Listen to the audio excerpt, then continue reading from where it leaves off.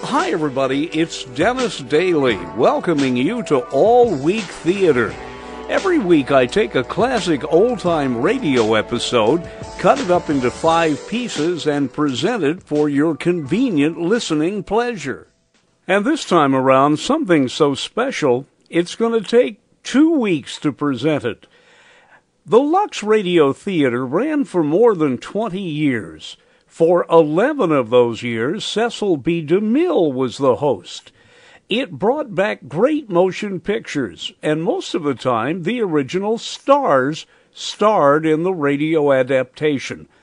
But when it came time to do the Maltese Falcon, Humphrey Bogart and much of the rest of the cast had gone on to other things. So Edward G. Robinson plays the Humphrey Bogart character. I think you'll find it's an interesting adaptation, and Edward G. Robinson is at his best in this episode of the LUX Radio Theater.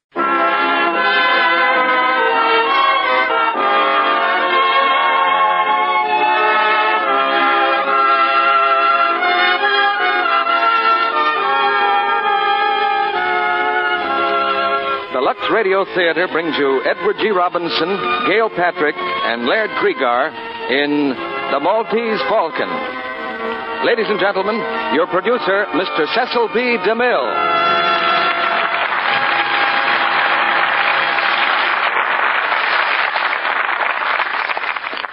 Greetings from Hollywood, ladies and gentlemen. Some people like mystery stories because of the intellectual challenge they present. Personally, I am seldom able to figure out who done it without skipping to the back of the book.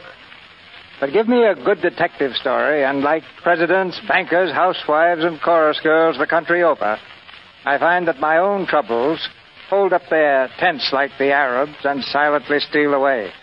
But now let's track down the Maltese Falcon, because here's the first act, starring Edward G. Robinson as Sam Spade, Gail Patrick as Bridget, and Laird Cregar as Gutman.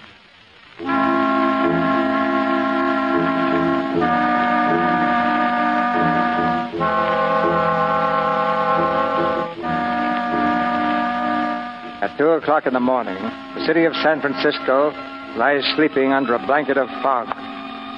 Along a lonely street, a man walks slowly, his footsteps ringing hollowly against the wet pavement. He passes a deserted alley and stops. The man turns and peers for a long time into the shadows. Suddenly, one of the shadows moves. The man stumbles backward. His hands reach out to shield his body.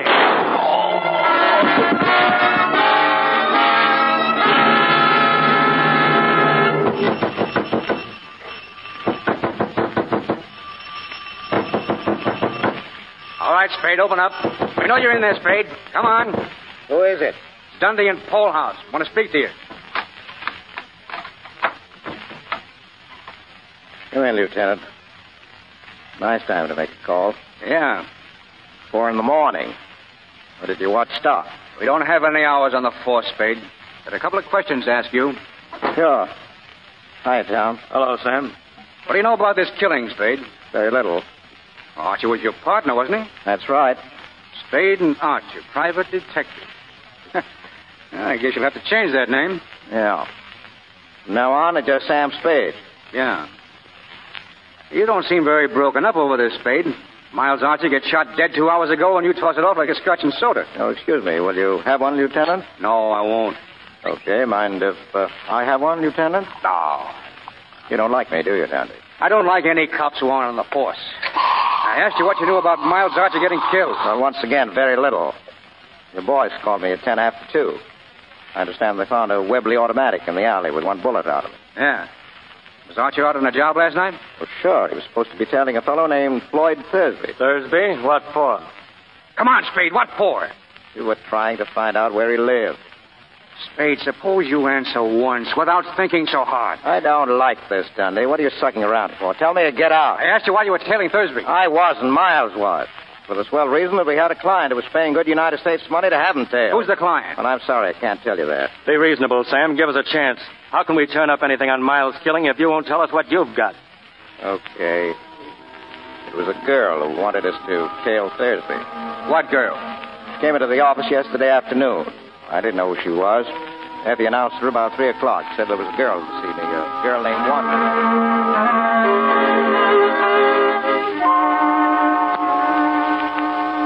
There's a girl to see you, Mr. Spade. She says her name's Wonderly. What is she, Effie, a customer? I guess so. You'll want to see her anyway, Mr. Spade. She's a knockout. Well, sure in, Effie, darling. Will you come in, Miss Wonderly? So join me next time when we cut up yet another old-time radio show into 5 parts on All Week Theater.